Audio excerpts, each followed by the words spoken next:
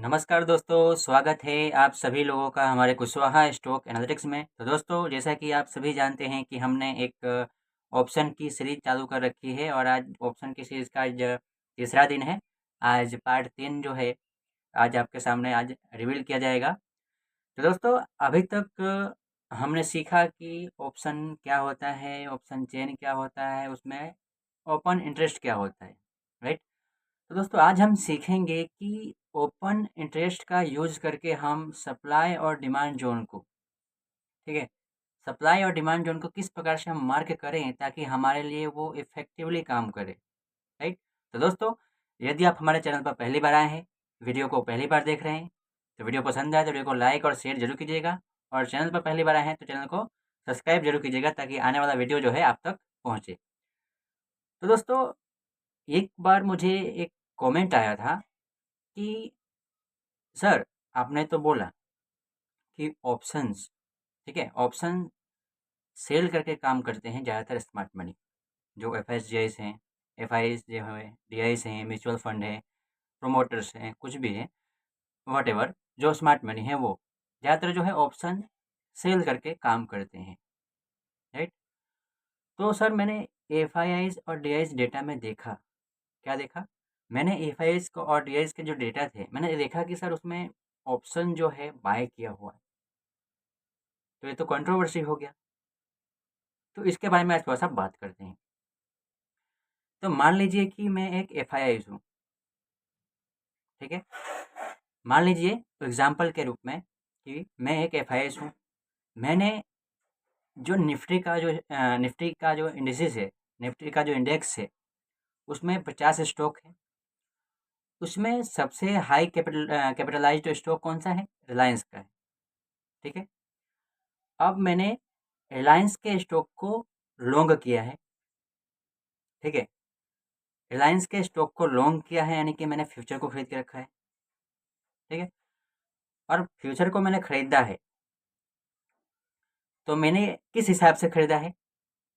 कोई technical analysis का use करके, ठीक है?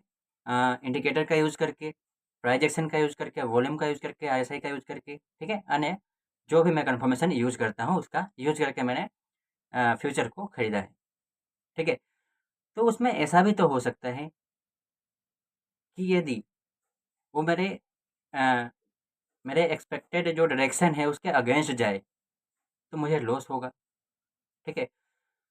तो उसे कवर करने के लिए मैं क्या करूँगा?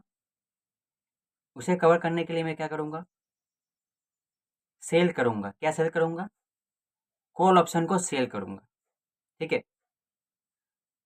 अब कॉल ऑप्शन को सेल कब करते हैं, इसके बारे में आपको जानना है, तो आपको पिछला वीडियो देखना पड़ेगा, ठीक है? हर बार मैं आपको एबीसीडी से नहीं सिखाऊँगा। तो यहाँ पे देखिए, तो मैं क्या करूँगा? ऑप्शन को सेल करूँगा। ऑप्शन को सेल कब करते हैं? जब हमारा अ, एनालिसिस कहता है, हम अपने चार्ट के आधार पर ऐसा एनालिसिस करते हैं कि मार्केट की जो डायरेक्शन है, इस इस लेवल से, इस ज़ोन से जो है ऊपर जाने की संभावना जो है बहुत कम होती है, या फिर हम श्योर होते हैं कि हाँ, ऐसा ही कुछ हो सकता है, तब हम ऑप्शन को सेल करते हैं, कॉल ऑप्शन को। तो इसमें होगा क्या दोस्तों? मान लीजिए कि आपने रिलायंस का जो लॉन्ग किया है फ्यूचर्स, ठीक है? वो आपके डायरेक्शन में नहीं गया, कोई बात नहीं। आपने कॉल ऑप्शन जो लिया था, ठीक है? रिलायंस का, अब उसमें आपको प्रॉफिटेबल होगा। तो ऐसा आप कर सकते हैं कि उसको वहाँ पे जो आपके अगेंस्ट में जो ट्रेंड जा रहा है, ठीक है? आपने फ्यूचर्स में जो लॉन्ग किया था, तो उसको कट ऑफ करके यहाँ पे अपना पोजीशन जो है, इसमें आप क्वांटिटी बढ़ा सकते हैं।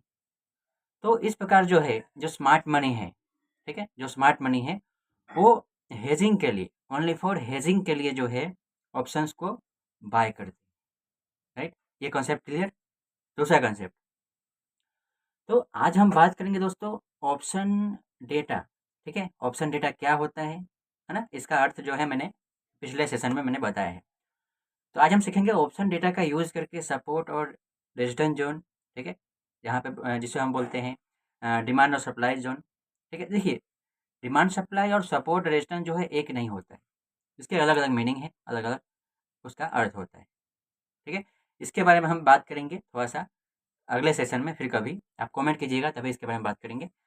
तो यहाँ पे ओपन इंटरेस्ट डेटा का यूज करके हम सपोर्ट और रेजिस्टेंस को ड्रॉ कैसे करेंगे उसके बारे में बात करते हैं।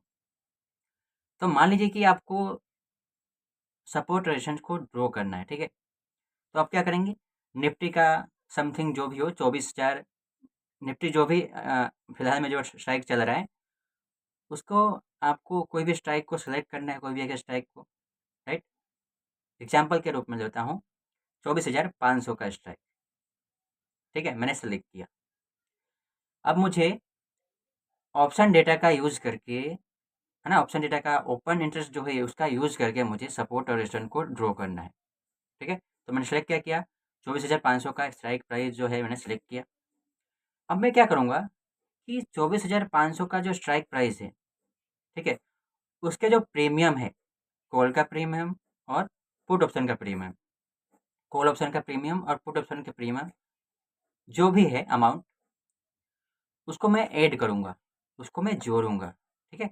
कॉल ऑप्शन के प्रीमियम को जोड़ दिया और पुट ऑप्शन के प्रीमियम को जोड़ दिया, राइट। ये तो मैंने काम कर दिया। अब हमें एक थोड़ा सा ध्यान रखना है कि जब भी हम स्ट्राइक प्राइस को सेलेक्ट करते हैं तो किस प्रकार से करना है, हम देखते हैं, यानी कि मान लीजिए कि हमने चार्ट पर हमने देखा और हमने देखा कि 24,500 पे जो है कॉल का वाई जो है सबसे ज़्यादा है, ठीक है। फिर 23,000 समथिंग 22,500 पे जो है कोई पुट का वाई जो है सबसे ज़्यादा है, ठीक है।